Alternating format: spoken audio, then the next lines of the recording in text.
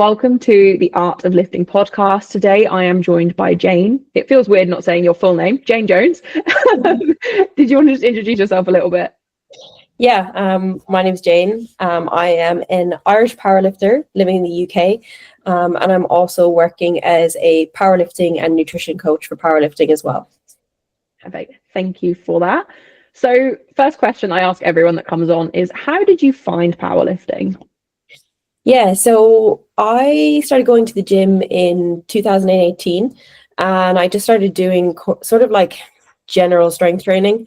I wasn't really following any particular program. I think the first program I ever followed was like the Grace Fit guide, if you know Grace Beverly. Yes. That was my first structured training program ever. And I was just sort of following like influencer workouts and that sort of thing. But I wanted to start lifting weights to essentially improve my confidence, because I was sort of underweight in my early 20s and I actually wanted to gain weight, which I know can be quite different to a lot of people's entry to the gym. So I was just following those workouts and I ended up coming across Meg Squats, and I saw that she was doing powerlifting and I was like, wait, you can do this as a sport? And I've never been a very sporty person at all growing up. Like, I didn't really play sports until I was about 12, and I sort of did some Gaelic sports, but not very intensely. And I gave up when I was about 14. So I was really interested in pursuing lifting weights as a sport, because while I was going to the gym to improve my confidence, I didn't really like how so much of the bodybuilding and general fitness community is focused on looks. And I really liked that powerlifting was literally just about getting stronger and focusing on performance. So I, of course, obsessively researched online before I did anything. And I ended up finding that my university, so Trinity, had a powerlifting club. And I originally reached out to them in early 2019, but it was sort of like end of term, so it wasn't really a good time to join. So I joined later that year, and I tuned in a little bit to powerlifting before that. I watched Brona McPeak was like a really great Irish powerlifter. I watched her compete at Worlds and I was like, wow, this is just so cool. So I really started properly training for powerlifting at the end of 2019 with the University Powerlifting Club. Yeah. And I saw on Open Powerlifting your first meet, was it August 2020? The first recorded meet on there, which was part of ABS, which obviously huge in Ireland anyway. Yeah. What made you decide to, I guess, compete? Like, obviously, I'm guessing it was just the natural thing of you like the sport, you enjoyed it. I guess training with the university as well. I think quite often that pushes people to sign up for comps. But yeah, what was when did you kind of maybe start taking it a bit more seriously, or start thinking, oh, maybe I do want to compete in this and give that a go, rather than just, I think a lot of people when they first find powerlifting, like it is that thing of, oh, I feel really confident focusing on, and like I feel good focusing on strength, not focusing, like you said, like the Grace Fit guides. I love it when people say that that's how they got into the gym and stuff. Like, I've always followed Grace. Like, I've always thought she was great. And it's always funny to me when powerlifters started on that route, because I don't think a lot of people talk about it, but as I speak to more people bring it up. But obviously, there's a very big difference between what you're focusing on with those guides versus with powerlifting. So yeah, what point did you decide maybe I want to compete in this? So I think as soon as I really committed to signing up with the club, I had decided that competing in it was something that I wanted to do. And I was so delayed getting to start to compete, essentially just because of COVID. So my first competition was actually supposed to be in March of 2020. It was supposed to be intervarsities, which is essentially like university nationals in Ireland. And that got cancelled, obviously, because of COVID. But I think really early on, other people within the powerlifting club pushed me to want to compete. My now boyfriend, Arthur, was one of them, and, the coaches who were involved in the club. And I really sort of got a sense like I could maybe be good at this.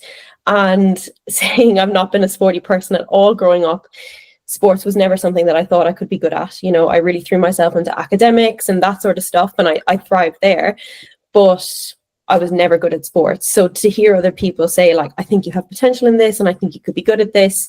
And I really also got a sense that it was a sport where, and it still is the case to this day, the amount of work that you put in is really directly proportional to what you get back out of it. And as a person, that's something that resonates quite well with me. Like, I want to do something, I want to give my all to it, and then also see the results of that back. I think that's a really good answer. And I also noticed with your open powerlifting, where you said obviously you realized there's something you could be good at, and obviously you're a very good lifter. You competed at a high level. Your second ever competition was Junior Worlds, is that right? Yeah, so that was a bit of a strange scenario. So I got to compete in August of 2020. So that was sort of like an in-between lockdown period in Ireland. And there was a bit of freedom, and I did my first comp, and that actually wasn't a very good competition for me. I was suffering with a bit of a back injury at the time, very early on in my lifting career. But I continued working hard. I was training away during COVID. I was very lucky that I was able to have equipment at home, even though it was outside in the middle of the Irish countryside in like 3 degrees in the wintertime, but we got it done. And then in 2021, there was going to be able to be a team sent to Worlds again, because it got moved to being in Sweden as opposed to Belarus.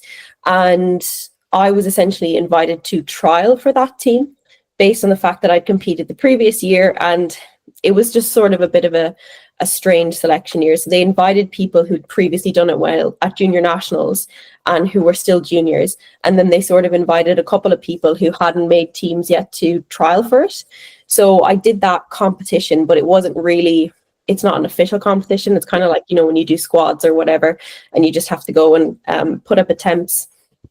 And I made the team. So yeah, my second ever official competition was Junior Worlds in Sweden, which is a bit, every time I think about it now, it's so wild that was like my second ever competition. And I felt so chill about it. And everyone thought that I was going to, like, I don't know, be really nervous or whatever, but I just felt so happy to be there, and it just felt so right. And yeah, it's a bit wild now. It's, I think as well, like, because you coach and stuff now, and I guess you probably at least either see or work with a lot of lifters, and you think how little people know at their second ever competition. And you were just, obviously you were part of a club as well, so you must have had powerlifters around you to help you through it, but your second ever competition was a world championships. But I guess the almost lack of awareness probably made it a lot more enjoyable as well. Like, just being able to go in and just be like, oh well, I'm glad to be here. You can just enjoy the experience, right? Especially if you're dealing with an injury as well, it takes that pressure off. Yeah, I think as well that particular World Championships was, like, compared to like future years and other competitions I've been to, it was a pretty small setup because it was hosted at Alego's HQ. So, and it was a closed audience because of the fact of COVID. So it was really only like your other team members and stuff that were there supporting you. And I think that really helped because it just felt like more of a casual atmosphere, even though it was a World Championships. And yeah, I had a really good time. Like, I had a really, really good experience with it. Yeah. So I'm just kind of slowly working through, obviously, your competitive career so far, like through open powerlifting. Next comp was, although it looks like it's the same day, it says it was junior and master nationals. What is this? It says you won nationals. I was like, so you won your next nationals, but the dates are the same. It's not the same day, but for some reason open powerlifting recorded that way, but it was about 2.5 weeks after Junior Worlds. And then I did Junior Euros in December. So in the space of 4 months, I competed 3 times. That's crazy. That is absolutely crazy. But again, you know, getting that exposure to international meets, like, what was that Euros like? Because it was still COVID. Well, it was, things were then getting more back to normal, weren't they? Was it again quite a closed setup again, compared to what you think it'd be like now? I think it was a bit bigger, but I still think in general, I would say it was a smaller size competition in terms of, like, it was difficult for countries to send teams because the restrictions in all countries were different. And we had a lot of, like, for us in particular, they like literally introduced that you had to do like swab testing and have these passports and all this like a week before the competition. And the whole time when I was competing internationally, I was actually working in a hospital with COVID patients, and I was trying my best to not catch COVID because it would impact me competing. But it was still a smaller competition, but I think the venue was bigger and it was definitely an open venue. And yeah, I mean, I got to go to Sweden twice, and anyone who's competed in Sweden knows it's a really, like, they run really well competitions. It's a really nice place to compete. So yeah, that was a bit of a disappointing competition for me in terms of my result. I mean, at the time I was gutted. I know I look back now and I realize the context of that whole competitive 3 months, I did very well to maintain my total through 3 competitions. But I think I just put a lot of pressure on myself because it was my last junior competition while only ever being my 4th ever competition. And I had really wanted to break the junior deadlift record at the time.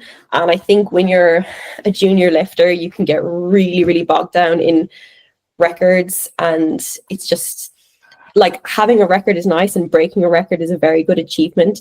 But I don't think it's something that you need to pin the success of your lifting career off of. And we get so into our heads about like your junior career and what you did and everything like that. And really, it's just a small piece of your career if you want it to be. If you get too bogged down on it, it might be your entire lifting career, because you'll just quit because you're so bogged down in what you did and what you have to do to get to that level again in opens. So yeah, it was a good competition.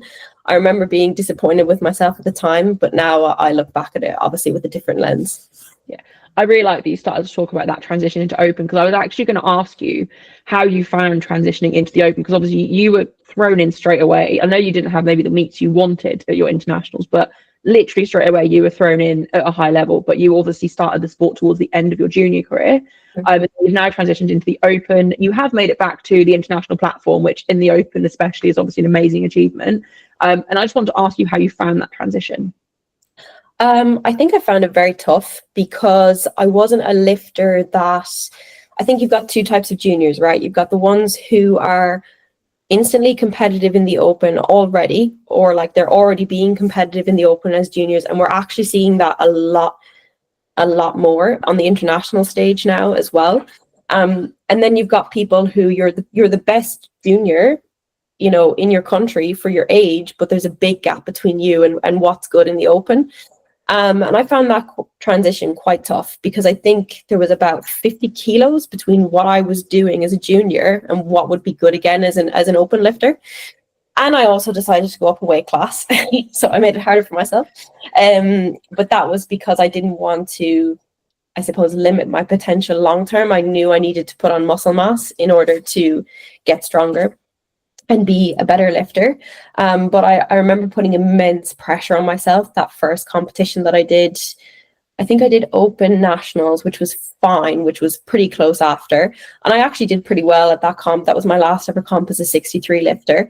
And then I went up, and the comp after that, I put immense pressure on myself. I was like, I'm going up a weight class. I'm going to make a statement about, you know, how I can be competitive as an open lifter. And I just totally flopped because I put way too much pressure on myself. And I did not need to put that pressure on myself. And there's a lot of other lifters who have talked about this as well.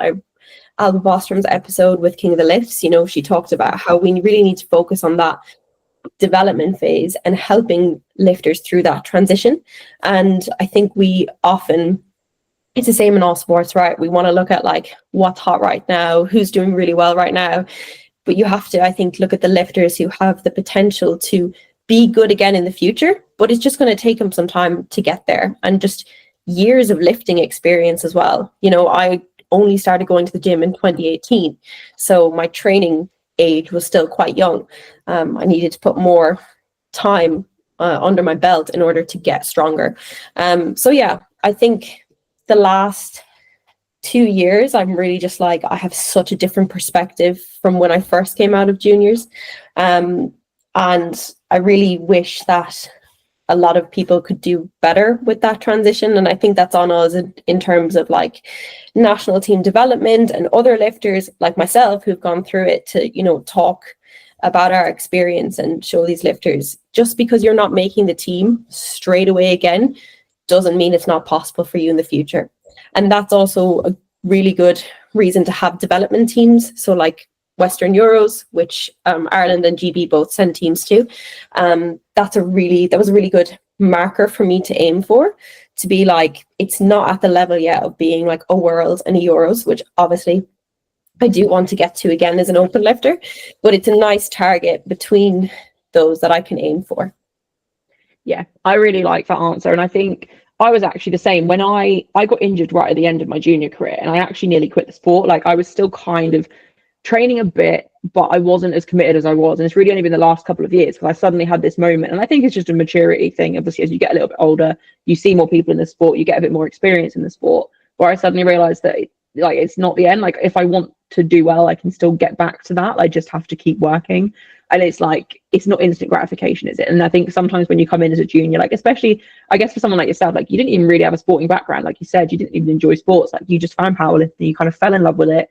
And a couple of years later, you were like, oh wait, I'm at a good level already. Like, and you just have to remember that it just takes time. And it's a long game, right? And I know it's cliche, but it is literally a marathon. Like, you look at the lifters, like even Alba, when you mentioned her, like, you look at her and you think, oh my God, she's a junior. She's doing so well. Like, she's just blown up. But she's been doing this for like 6 years already. Yeah, she's been in it for a long time. And I think as well, you need to question your why as to, and again, that can sound like quite cheesy, but it's true. It's like at that comp where I think I like was my first heavier comp and I only put 10 kilos on my total or something like that. And I was so gutted with myself, and I technically objectively did well at that comp. Like, I placed, it was a points comp. But I realize the thing that makes me the happiest is progress and pushing myself to get better. And I think you have to remind yourself of that but it's a hard transition because you go from being a junior, and obviously people around you as well are pushing you to be like, you should go for, winning or podium at nationals or go for this record or whatever. And you really have to shift your perspective into being like, what's the reason I started this? It's because I love training. I love progressing, and I'm just going to have to put my head down and work for a little bit longer to get to the places I want to get to. Yeah, I completely agree with that. And I also think the thing with powerlifting that's so great is obviously I know the way you train isn't necessarily heavy all the time, and obviously we'll talk about how you train and stuff, but you can measure things in your training. So maybe you don't always have the best meets. Maybe you get in your head, or you just have a weak day, right? And you don't have the performance that you want, but actually you are stronger. You are improving, you are getting better, and it's chasing progress, not just on the platform, but in training as well. And I think that's why I carry on going. Like, I'm not where I want to be, and I might never get there, but I enjoy that every time you hit a PB, there's no feeling like it, and you're just in a good mood after. And it's the highlights in training you have to cling on to, as well as the success in competition, I guess. Yeah, definitely. So I wanted to ask you about your training. First thing I want to ask you about is the bench rule. I want to talk to you about your bench. So you are a sinking bencher. I wanted to just ask you how you found transitioning, because you have a very high arch, and I'm assuming beforehand you weren't. I mean, I haven't seen videos of your bench before the rule change, but I'm assuming it was just a high bench because you had the high arch. I want to kind of talk you through the process of transitioning to sinking, if that was the first thing you tried, and just that sort of thing. Yeah, so I definitely was someone who was impacted by the rule change. I didn't have a teeny tiny range of motion, but I did have like a small range of motion, bench press, like really high arch, low touch point, flared, like super wide grip. When I look back at videos, actually, when I was a 63, I don't think I was that far from hitting it, but I was also smaller. And then I went up a weight class, and then obviously there's less range of motion when you have more mass on your body. So at the start, it was really just trial and error. And also, I feel like at the start, so like when it first came in 2023, we also didn't really know what we were aiming for, because the rule book was there, but it wasn't being refed as to how it's written in the rule book, because also the rest didn't understand what that was expected of them. So I think now, like, we've seen like a couple of international competitions, we really do understand the depth that is expected. I know there's still been controversial rule calls, but in general, it's a little bit more clear. So at the start, we were kind of just hoping for the best. And I actually did one of the first ever competitions that had bench depth ruled in it. I did the White Lights Media Comp in 2023. Yeah. And I did get one red for bench depth on that. And very shortly after that, I did nationals, and I was able to match my best ever bench press within the new rules very quickly, but I was also going up a weight class. And at the start, we essentially just tried different ways to like make my arch smaller and touch higher, because I used to touch like very, very low on my chest. And we sort of continued that route for a while. I started working with Jason, who's my current coach. And we trialed things like putting my feet further forward, which would reduce how high I could arch. And And that was going well for a while. I ended up getting up to like, I think 87 with that technique, which was last November. So like November 2023.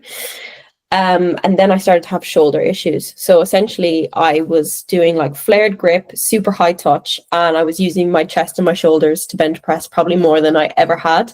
And I started to get kind of tendonitis in my shoulders.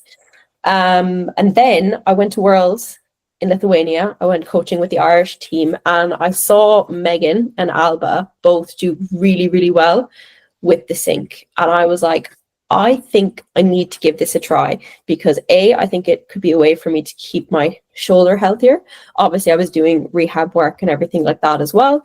But they not only seem to have adapted to the rule with this new technique, they seem to have superseded their previous capabilities. So that was obviously very enticing to me. So we started trying out the sink, and it's honestly been a game changer for me. I hit a bench PB in nationals just gone of 92, which I was really, really happy with. And it's the most like my old bench press that things have felt since the new rule, because I feel like I can continue to set up with a lot of tightness, because that's kind of the main pro of the old style of benching, right? You just have this super, super tight setup. You've so much tension, and obviously that's really good for bench pressing. But with all these ways of trying to make my arch smaller or whatever, I really felt like I wasn't able to generate as much tension. And I do think personally, while I don't necessarily fully agree with the rule, it's been very, very good for me in the sense that my bench press is more consistent than it's ever been. I used to be really like strong some days, and then other days, if the technique wasn't like 100%, everything would fall apart and I would miss benches like out of nowhere. Versus now, I feel like I can grind a bench press. My bench press at nationals was a grinder. I've never done that in my life. I was so shocked afterwards. And I also just feel like I've worked generally overall on improving my upper body strength. So it's been up and down, but I do feel as a result, I've been able to build a more resilient bench press. Yeah. When you decided to trial sinking, then did you go to sinking every session, or did you just do some days sinking, some days your old style? I think at the start I started with like a very like small sink, and right now I would say like I don't even have like a math. Like I've seen people who sink a lot more than I do, so I just started trialing that a little bit, because it's a strange thing to have to get down with the timing of your leg, and then also making sure that your bum doesn't come off the bench press. But once you start to realize, a lot of people will look at it and say that you're losing tension. But if you do the sink correctly, it's essentially like you're loading like a spring, like right at the bottom, and then you push all that tension back up again. So I was doing it every session, but just starting with like a smaller sink, trying to get the timing down on it. And then over time, as I got more comfortable, I was able to do it a little bit more.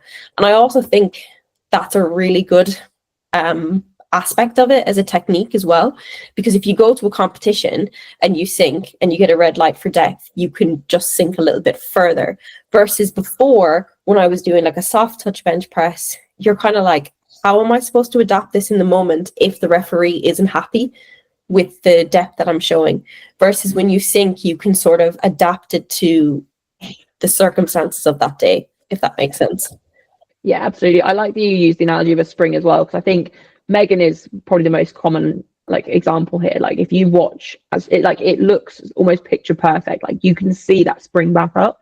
Yeah. I think like I've got some lifters now that have switched to sinking, and actually part of it was also to help their joints, because I think there's a little bit less tension at the bottom of the bench press in terms of like your elbows and everything. It just takes that little bit of pressure off. And also with the elbow depth rule, I think it's become quite common for people. Like I even tried it because I tuck quite a lot when I bench, and I've been called for depth before.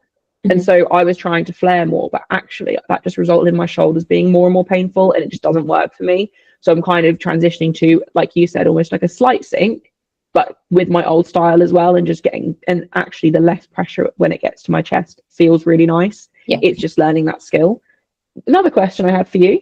Did you ever get bruising when you started sinking, or did you not have this? I only actually started getting bruising like 2 weeks ago. Oh, really? Well, it was actually because I benched for the first time in ages in a sports bra. So I usually bench, like 90% of the time, I will bench my t-shirt because I do feel like sometimes if you bench in your sports bra, you're just getting a grip that you are never going to get in competition. I mean, we all like to do it because it feels nicer, but you're not going to get that grip. Yeah. And I did get some bruising from like not wearing a t-shirt, but I've never really experienced it badly. I do sometimes get like my shoulders start to like get a little bit like torn up if my bench volume is really high. That's something I have experienced. Yeah, that's really interesting. So I remember, I think when I fully tried sinking last year, but I need to find like a happy medium. And I was getting like actual bruises, visible bruises. And I was like, what am I doing wrong here? And I've spoken to some people and they've had some, and I've spoken to other people. And I think Meg Scanlon even posted she's never had bruising. And I'm like, what is going on here? You're dropping like 140 kilos on your chest and you're not getting it. But I guess it's learning the control, which I guess for you, because you started off gradual, you had that control from day one, because it's not as simple as just drop it on your chest, is it? Yeah, like, control. That's a bit of a misconception, and I do see some people, they sort of like dunk it onto their chest, and I would say you also see that when people do it like very quickly. And I think it's the same thing in all lifts. It's like you should only go as fast as you're able to control the weight, and that's something that I've had to change in my squat. Like I was squatting way too quickly and like shifting back onto my heels. It's the same with sinking, and what I would advise to people is to try nearly like make sure you're controlling like the dip onto your chest, and then as you get more confident you're going to be able to do it faster and faster. But as you start off, if you just sort of like chuck it onto your chest, good luck. And I also feel like you're more likely for your bum to come up that way as well, because you're going to dip and then have to like really overcompensate with your leg drive to push it back in the right direction. So yeah, it's definitely a learning curve for sure. Yeah.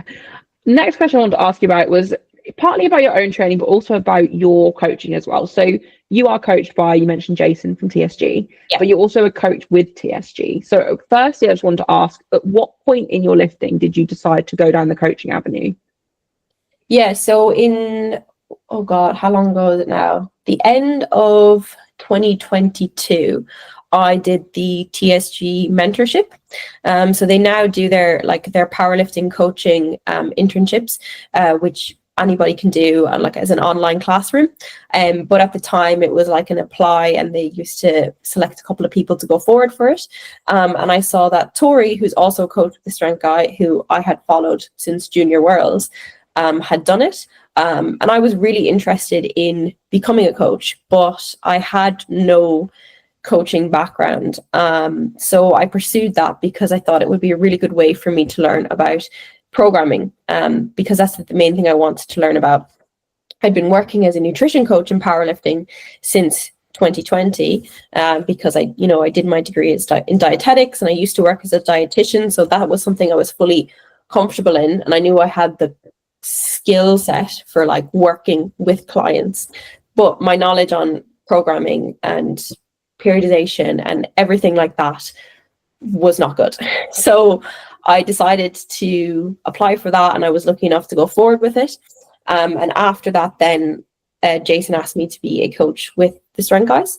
I do like some powerlifting coaching. I don't have a pile of powerlifting clients. I do have a lot of nutrition clients. That's mainly where I focus a lot of my attention.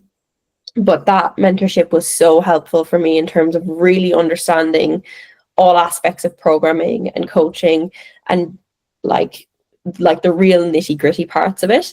And that was also what made me want to be coached by Jason, because I saw how they approach progressing lifters and really how like scientific and data-based everything is, and how planned everything is as well.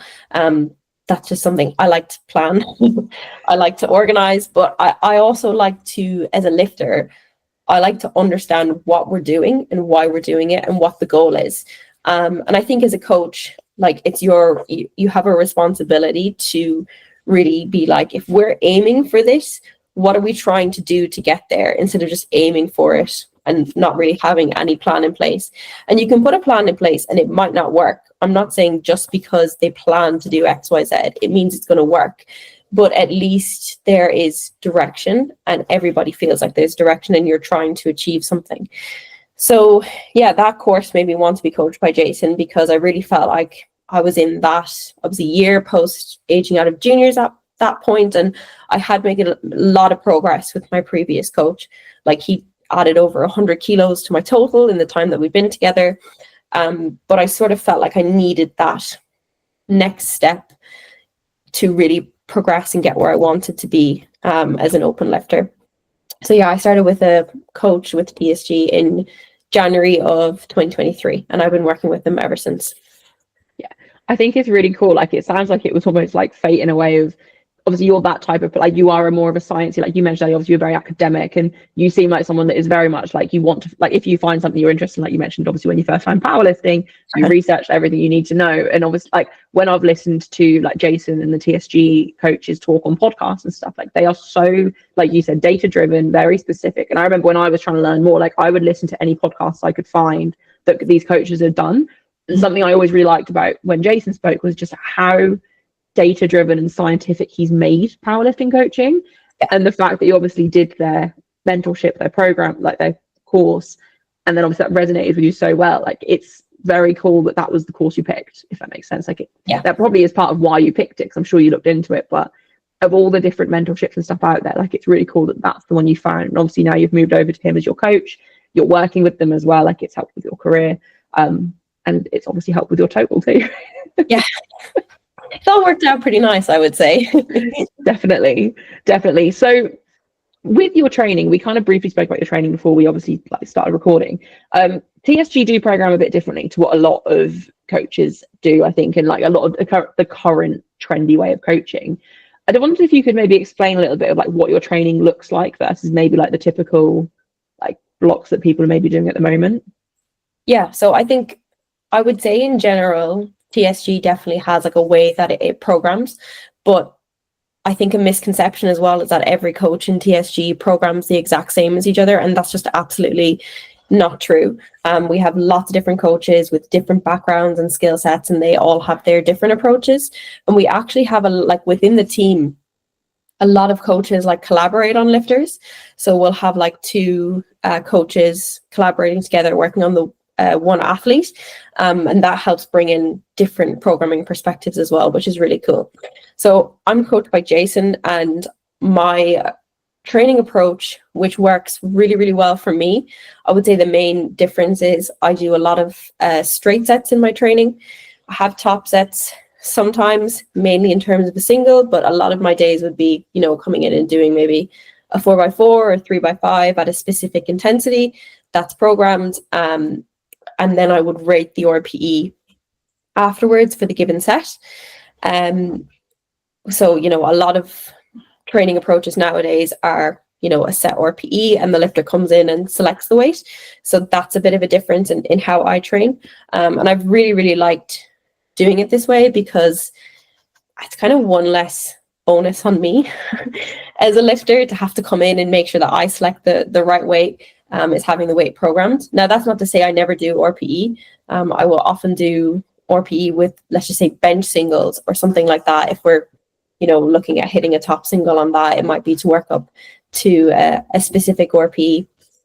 But in terms of how my training works in blocks, we usually run anywhere from like a 4 to 6 week block. And it's always kind of a gradual push up from week 1 to week 4. With a planned taper week in the last week.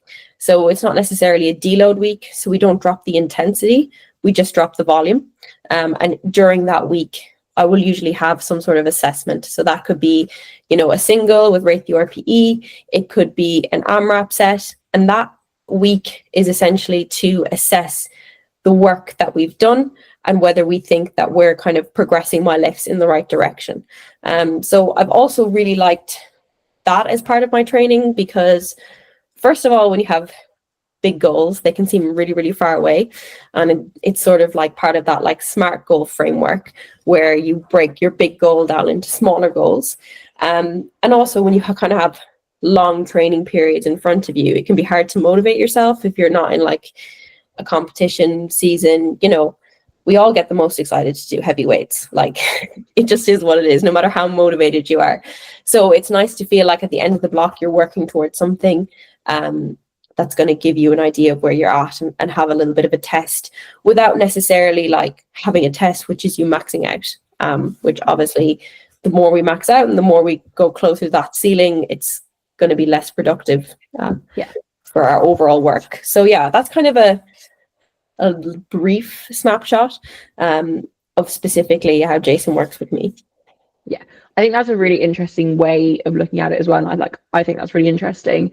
And it's always good to hear bits of, even if it's not in too much detail, just little bits of how different people's minds work around programming. Would you say that that's kind of the style you like, or do you maybe mix in with other styles as well as a coach?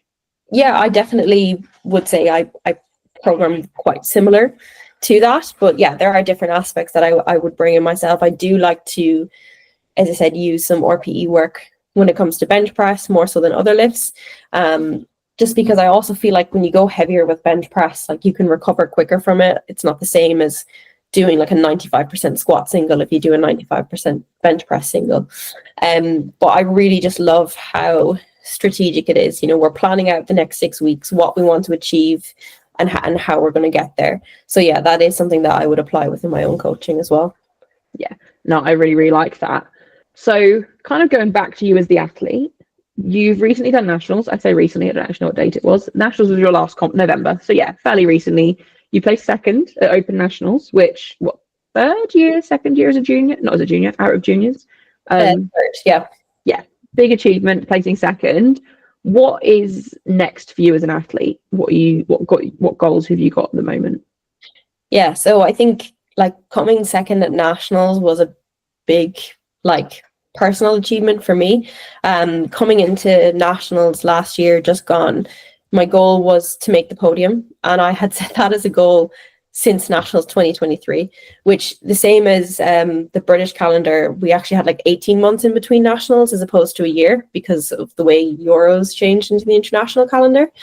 So when I did nationals in 2023, which was like February 2023, I was like, there's 18 months. And I actually came like 6th out of 6 girls that day. But I had just felt like that was my first time ever going 9 for 9. It was my second comp with Jason. And I really felt like I had momentum. And everybody says it like, you don't really understand what momentum is until you're in it and you feel it. And I was like, I'm like 25 kilos off what came third. Like, I want to be on the podium the next time I come here. So I really spent that 18 months like working towards that competition, and I wasn't super confident coming into it. I was up against like a lot of competition. We were all like very close together. There was about 4 of us that could have ended up any which way, between like second through to 4th, and I ended up coming second, and I didn't realize I came second until after I'd finished like my last deadlift. I thought I was doing enough to come third, and I actually found out that I came second. So I think that sort of ticked off a goal a little bit earlier than I thought it would. You know, obviously the goal is to podium first and then to try get it as high as you can on it. So I'm going to comp in May in Ireland, just to kind of have something to work towards between now and then. Obviously my main competition that I'll be working towards will be nationals again at the end of this year. And if anything comes up in between now and then in terms of selections, obviously I'd be delighted to go for it, but we just have to see what way the cards fall. And yeah, I'm not going to cut for my competition in May. I'm just going to trial doing a slightly heavier body weight and seeing how I react to that. So that's exciting to know that I'm kind of building for the next couple of months and then trying that out and seeing how it goes. Yeah, I was actually going to ask you if you have to cut for the 69s, because obviously you moved up from 63 to 69, and you are a nutrition coach, so you know how to cut. Am I right in thinking you also have a nutrition coach? Yes, yeah. I work with Danny from Calgary Barbell. Yeah. So I started working with her before Western Euros last year. I did my first cut, like proper cut for 69 was like the end of 2023. So like a full like year and a bit after I went up. And I usually sit like just above 70 kilo body weight. So I started working with her because my sister was actually getting married the week before Western Euros, which was chaotic. And I was a bridesmaid. So I really wanted to be on things so that I could just enjoy that day and then not have to stress. And I really love working with Danny. It's like very collaborative between the two of us. And it's the same as like a powerlifting coach, having a powerlifting coach. Like coaches need coaches. Just because you know your stuff doesn't mean that you're going to like apply it. Or also for me, it's really a headspace thing, like being able to have Danny there and objectively look at stuff and know that that's kind of one less mental thing on my plate coming into competitions. Coming into competitions, being my own nutrition coach before hasn't necessarily worked the best in the past because I'm just not able to switch off mentally. So yeah, I've done some small cuts to 69, like just gut cutting, nothing major. And I do think that I could probably sit a little bit heavier and cut into it. But we're just going to trial doing a competition at a heavier body weight because I do think that, you know, in the future, I have the potential to compete in the 76 class. I'm not ruling out going up another weight class again because I'm still a little bit taller for 69. I really wish 72 was still here. I post about that on Instagram. I joke about it all the time. That would have been perfect for me. So yeah, I'm going to try doing a heavier comp and seeing how that goes. Yeah, I really like that you also said obviously you are open to the idea of moving up as well. Like I think on male and female side, like it's so common for people to hold on to a weight class, especially like where you went up before. Like when people leave juniors, they just cling on to that weight class. But really, you probably shouldn't compete in the same weight class your entire career unless you're maybe getting into powerlifting a bit later. I wonder if you had any advice for people that maybe aren't sure whether or not to move up. Like let's say they are in their like early to mid 20s. They've been lifting for a couple of years and they're just not sure, like maybe they're scared to move up because let's be honest, like the total you need as a 69 versus 76 is probably going to be quite different. But obviously if you give yourself that room to grow, who knows what you can do. So I just wondered, like from your coaching experience, but also as your athlete experience, like if you had any advice to people that were considering moving up but weren't sure. I think we really attach our identities to our weight class, and that's a huge issue. You know, people are like, they have their weight class maybe in their Instagram bio or their Instagram name, and you want to focus on being a good power lifter, like full stop, not a good X kg power lifter. And maybe for you that looks like competing in a weight class up. And I think the problem here is kind of like black and white thinking and extremes, and often that can be the case in nutrition, and it can also be the case in sports. So, you know, if you want to go up a weight class, maybe do exactly what I said I'm going to do. I'm just going to do a comp where I sit a little bit heavier and I try it out. You know, no one's saying that you have to commit and go all in and go up to the new weight class, and not just do that, but sit heavier than the other weight class and cut back down.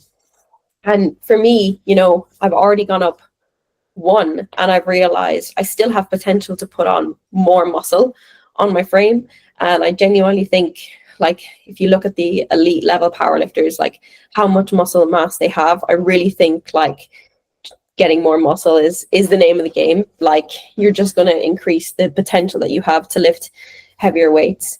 So I think you need to look at your overall potential in the sport long term. And I think being young and limiting yourself to a weight class is really, really not a good idea. Especially when you're that young and you've got a young training age, you want to be maximizing the time where you can put on muscle mass, you know, a lot easier, instead of, you know, later on the line or when you're in your 30s or whatever, you're not going to have the same potential to put on muscle mass as when you were younger. So it's a really individual decision, but I think it's moving away from this whole I am a 63 powerlifter or I am a 69 powerlifter. Like obviously we all compete in classes and we choose those classes, but it doesn't have to be a part of your identity, and you can just try things. And guess what? Weight, this is something I say to people all the time as well, weight is not a fixed thing. It's literally so flexible. So you can go up, and if you don't like it, you can come back down again. It's never a permanent choice. Yeah, I think that's something people often forget, actually. I'm glad you said it. Like people do think like they have to make this decision there and then, like, am I moving up? If I move up, like let's say you move up to 76, okay, well I have to get to 78 so that I can cut back down. Like not really, like just like you're doing low pressure meet, just go in a little bit heavier, don't cut, see where you are, see how it feels. The freedom of not having to cut, that's one big stress completely taken out of the competition. The stress can impact your performance as well. Like, I think that's a really important message there. Yeah, and people are often talking about like going up a weight class. You don't know the impact on your performance just not cutting alone might have, from the not being in a calorie deficit to all, you said, the stress competition week. That's also psychological. Maybe not even doing that is going to give you a performance boost alone. And if we look at the person who is the best powerlifter in the world right now, Agatha, she cycles her weight classes. Like, and I genuinely think that's why she's continued to do so well at 69. Well, she did one comp at 69, and then she went right back up to 76 again. And she did a couple of comps at a higher body weight, and then she came back down again. And I'm obviously, you know, I'm talking about very elite level here, and, you know, this dropping weight classes is not something I recommend to anyone outside of these very elite powerlifters. But I think we can all take, you know, a page from her book and look at the fact that she cycled her weight quite a lot. And I think that's a reason why she's been able to be so successful, is she has a lot. Even if you look at her, Sheffield 24, Sheffield 25, she's in the same weight class. She has so much more muscle mass this year than she did last year, because she was heavier. So even if you don't decide to stay in that weight class forever, it might be good for you when you come back down again that you'll have that more muscle mass. Yeah, I really like that you mentioned Agatha as an example there, because I forgot that you're a big powerlifting fan, right? I remember seeing you have all these spreadsheets for Sheffield. I was going to say to you when you started talking about that, like, because one thing I can't remember who I was talking to. We were talking about Tim Monagatti, because he cut 74 from 83, and he was a good 83 lifter, very good 74 lifter. And now he's going back up to 83. Obviously, he hasn't competed yet, apart from nationals, but he was pulled out of Sheffield for an injury. But his total has skyrocketed going back up to 83. And I think I said to someone, but do you not think, like, rather than sticking at 83, he's given himself that chance to cut down, settle at that 74 range, and now he's building back up again, and he's given himself that room to almost just grow again, go up a weight class again, rather than staying stagnant at that one body weight. I just wondered what your thoughts were on that. Yeah, and I think Eric Helms did like a really good sort of speech about this on the women's King of the Lifts preview show, and he talks about Evie, and they were talking about how long do they think Evie's going to stay as a 52, and everybody's talking about all the cuts, the acute cuts, and he's like, well, it's not really the acute cut is the bit that's going to hold her back, it's the all year round, and how hard it is for you to be staying at a body weight that's close to the weight category the whole year round. That's the taxing part. And that's the part that maybe is going to eat into your social life, your relationships, your work stress. That's something to consider as well. Maybe you're heading into a really stressful period in your life, or, you know, your career is taking off and you just got a promotion in your career. Okay, I'm going to not cut into my weight class at this time because my thinking and my headspace and my stress is everywhere else, because cutting takes a lot out of us. You know, having to be a set body weight all year round affects us.